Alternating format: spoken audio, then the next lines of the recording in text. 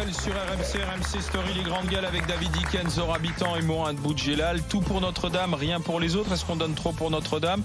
Des questionnements qui arrivent notamment sur le reste du patrimoine français. Alors certes, Notre-Dame, c'est l'emblème. C'est l'histoire, c'est le pays, c'est le temps des cathédrales, ça a plus d'un siècle. C'est Notre-Dame de Paris de Victor Hugo. Mais tout de même, si je me fie aux mails qui sont arrivés, j'ai par exemple Cyril qui nous dit on doit créer ce fonds national de sauvegarde du patrimoine et faire comme dans tous les autres pays, on doit faire payer les visiteurs pour les monuments emblématiques, me dit-on. Vincent qui nous dit quand on sait que la cagnotte pour un boxeur qui a tabassé un flic a atteint 150 000 €, on se rend compte qu'on a drôle de sens de priorité en France. Les habitants de La Roche-sur-Yon peuvent l'avoir mauvaise. Oui, c'est plus choquant en fait. J'ai Nadine qui nous dit je suis d'accord avec Lilian Thuram, l'indignation pour le beau, pour la vieille pierre en France, c'est beaucoup plus fort que l'indignation pour les êtres humains qui meurent en Méditerranée. On a un drôle de sens des priorités dans ce pays où l'on continue de mourir dehors dans la rue, m'écrit Nadine sur un tas qui est plutôt d'accord avec Lilian Thuram, Zora Habitant. C'est de la pure démagogie, je veux dire, c'est n'importe quoi. Là, cette comparaison, elle n'a pas de sens. Je veux dire, le devoir de mémoire sur les moments de notre histoire des génocides est très important. Il est cultivé tous les ans. Et je ne vois pas pourquoi on ne cultiverait pas cette histoire. C'est quoi un peuple qui n'a plus de patrimoine, plus d'histoire, plus d'identité, plus de relais à transmettre, non mais et puis rien à raconter. Il faut arrêter de comparer ce qui n'est pas comparable. La souffrance de l'humanité est une chose, la conservation de notre histoire et ce qui a traversé des siècles en est une autre. Donc ces gens-là ne savent pas que nous marchons à la fois avec de la nourriture et à la fois avec une identité et une histoire. Donc les deux marchent ensemble. Attention, par moment on dirait Zemmour quand tu parles. Mais c'est Mourad, je suis vraiment désolé, mais ce que tu viens de dire, c'est vraiment n'importe quoi et ça t'honore pas. Parce que ça, c'est un raccourci vraiment trop facile. Vas-y, argumente. Parce que Zemmour, c'est la facilité. J'ai l'impression d'entendre Rokhaya Diallo, qui elle m'a dit la même chose. Zemmour, j'ai pas dit c'est du Zemmour, j'ai dit en direct. Non, c'est pas du Zemmour. Non, simplement parce que Zemmour, sa grande théorie est de dire que nous sommes là depuis 1000 ans. Enfin, lui est là depuis 1000 ans, donc il a la chance de vivre 1000 ans déjà, ce qui est pas mal. Mais qu'est-ce que tu veux dire ? Que nous sommes là et que nous devons sans cesse regarder dans le rétroviseur plutôt que regarder devant. J'ai dit ça moi ? Est-ce que j'ai dit ça moi ? Non, mais la France a des racines chrétiennes. Tu veux qu'on fasse un replay ? Plaise ou non ? Voilà, c'est comme ça, c'est un fait. Tu vas en Algérie, l'Algérie a des racines musulmanes. Que ça te plaise ou non. À partir de ce moment-là, une fois qu'on a dit ça, ça ne veut pas dire que moi, Zora Habitant, avec mon histoire, je ne peux pas être une addition à ces racines chrétiennes. À la différence avec toi, les villes, elles s'appellent Saint-Machin. Je ne juge pas des populations. Par rapport à la racine de leur religion, parce que tu sais bien que je suis un athée intégriste. Non mais on s'en fout, me dire que je parle comme Zemmour. Mais parce que tu parles il y a 1000 ans, il y a 900 ans, il y a 800 ans. Alors à ce moment-là, on n'a qu'à détruire tout ce qui a fait notre histoire. Moi, il y a quelque chose qui s'appelle l'évolution, c'est arrivé jusqu'à toi. Ah, l'évolution, c'est quoi ? L'évolution, c'est quoi ? C'est ne pas avoir de passé. Alors vas-y, j'oublie mes parents, j'oublie mes grands-parents. Je m'inquiète beaucoup plus pour mon avenir que pour mon passé, parce que sur le passé, je ne peux plus rien changer. Sur l'avenir, je peux encore influencer. Nous sommes construits d'une identité intrinsèque, c'est psychologique. Chacun se construit comme il est. L'identité, elle est multiple. Je suis dans un pays qui a des racines chrétiennes et il se trouve que mes parents y ont apporté une culture musulmane. Elle s'additionne, mais je respecte cette histoire. C'est tout. Je vois pas ce que Zemmour vient faire là-dedans. Nous sommes avec Gérard. Bonjour Gérard. Bonjour l'équipe des grandes gueules, bonjour à toute votre assistance. Monsieur Gérard. Bonjour Gérard. Gérard de Charente-Maritime. Est-ce que vous pensez qu'on donne trop pour Notre-Dame ou ça peut réveiller les consciences finalement ? Alors dites-moi. Alors sur le coup, on peut penser qu'on donne trop. Et puis en fin de compte, moi je vais vous dire, je vais vous expliquer pourquoi on donne beaucoup pour Notre-Dame. On a tous pleuré devant notre télé, qu'on soit chrétien, juif, musulman, hindou, la planète entière a pleuré. Moi j'en ai pleuré en étant à La Rochelle. Les images choquent de voir cet emblème national, mondial brûlé, on a même eu peur qu'il s'écroule. Les images choquent ont fait que d'un seul coup les gens... la pulsion humaine fait que d'un seul coup on sort l'argent parce qu'on voit des images chocs. Quand il y a eu les attentats de Charlie Hebdo, on est tous sortis dans la rue, on avait le crayon à la main, on a tous été acheter Charlie Hebdo parce qu'on a vu les images chocs. Quand il y a eu les attentats du Bataclan, les grands présidents du monde entier, y compris palestiniens et israéliens, étaient à défiler entre, je crois, ces républiques et Bastille. Bref, c'est les images chocs. Moi je crois qu'il il faut continuer à donner pour Notre-Dame parce que c'est le vaisseau amiral, c'est la locomotive qui va tirer les wagons, comme on dit, et tout cet argent qui va affluer, il va y en avoir même de trop, je pense. Il y aura pas de limite, et à un moment donné, il va falloir. À partir du moment où on aura fait peut-être 1 milliard, 2 milliards de dépenses et qu'on a récolté peut-être 3 milliards et demi, c'est là le surplus d'argent devra être redistribué aux départements, aux régions, par rapport aux organismes officiels. Donc on à fait la une super, fondation. une super cagnotte, quoi, en fait, c'est ça. Mais bien sûr. De Berne en accéléré, quoi. Oui, c'est ça.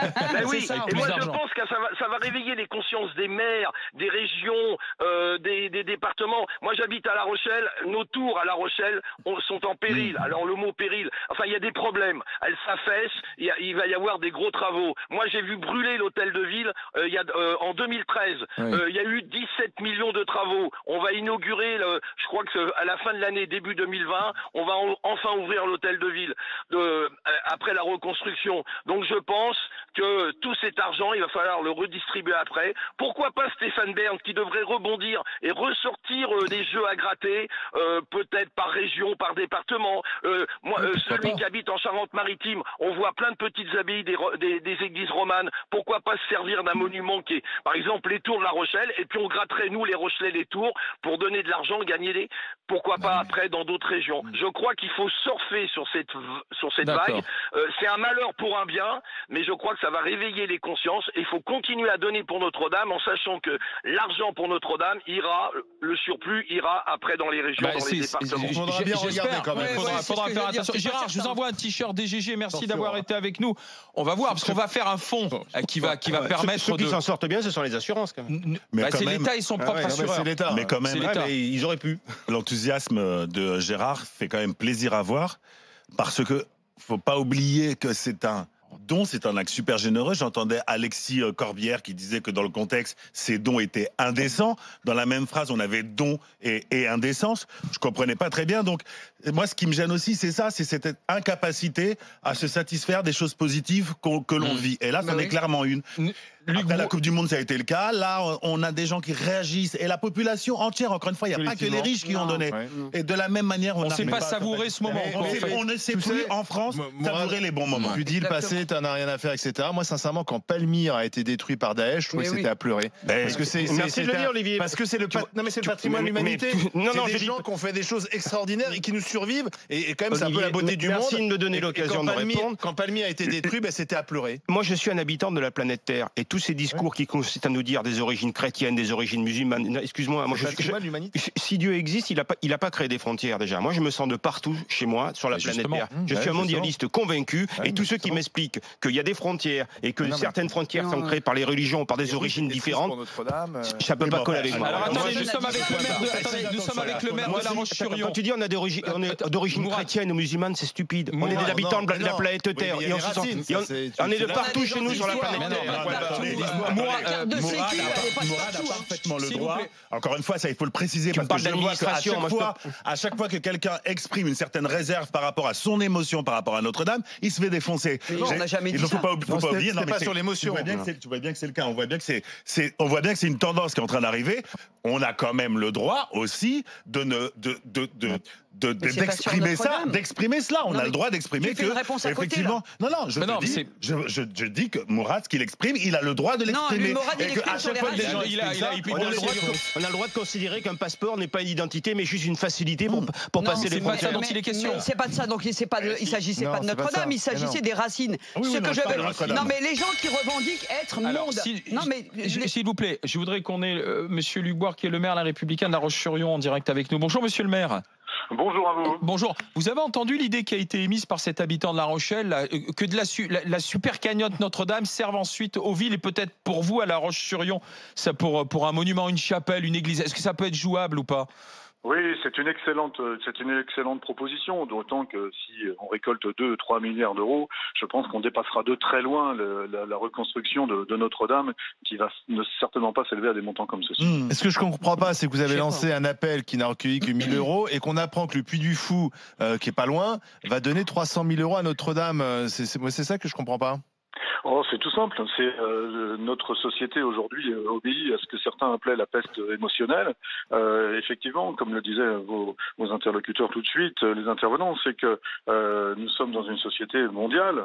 Quand on a pleuré devant la disparition, la destruction de Palmyre, on a pleuré devant la destruction des Bouddhas géants, et aujourd'hui on pleure devant la disparition de Notre-Dame pour des causes qui sont totalement différentes, bien évidemment des origines totalement différentes, mais qui font effectivement une vague, qui provoque une vague d'émotions à travers le monde entier. Et le Puy du Fou, qui est le premier spectacle accueillant du public au monde, qui est classé comme tel, se doit de réagir. Après, je vais effectivement me pencher sur la question et peut-être appeler Nicolas de Villiers pour lui proposer de venir financer une partie de l'église de La Roche-sur-Yon. Mais est-ce que vous pourriez appeler le ministère de la Culture pour lui demander de réserver ensuite le surplus de la cagnotte de Notre-Dame? S'il y en a, hein. Parce qu'on va créer une structure spéciale. On ne sait jamais. Est-ce que vous pourriez lui demander de dire, gardez-en un peu pour le reste du pays alors?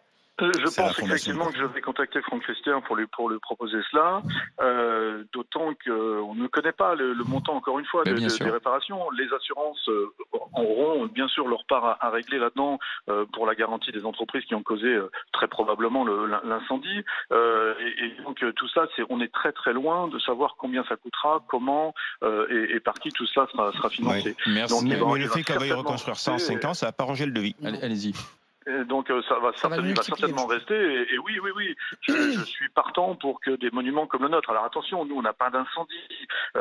Bien sûr. C'est un bâtiment qui vieillit. C'est une ville qui a été créée par Napoléon en 1804 et qui a des bâtiments qui ont l'âge de ce décret de création. Et donc il est normal qu'il soit en période de réfection. On n'est pas du tout dans la peste émotionnelle, mais je regrette effectivement que nous n'en soyons qu'à 1 000 € de dons, et je fais un appel, puisque je suis dans les grandes gueules, à tous les donateurs pour que justement on préserve notre patrimoine d'événements comme celui qui vient d'arriver sur Notre-Dame. Merci monsieur le maire. Bonne chance pour demain soir, monsieur le maire. De La Roche-sur-Yon, Luc Bois. Pourquoi demain soir? Il joue une demi-finale de Challenge européen. Merci d'avoir été avec nous. Dans un instant, le monde de Macron, restez avec les JG, avec les grandes gueules. RMC jusqu'à midi. Les grandes gueules.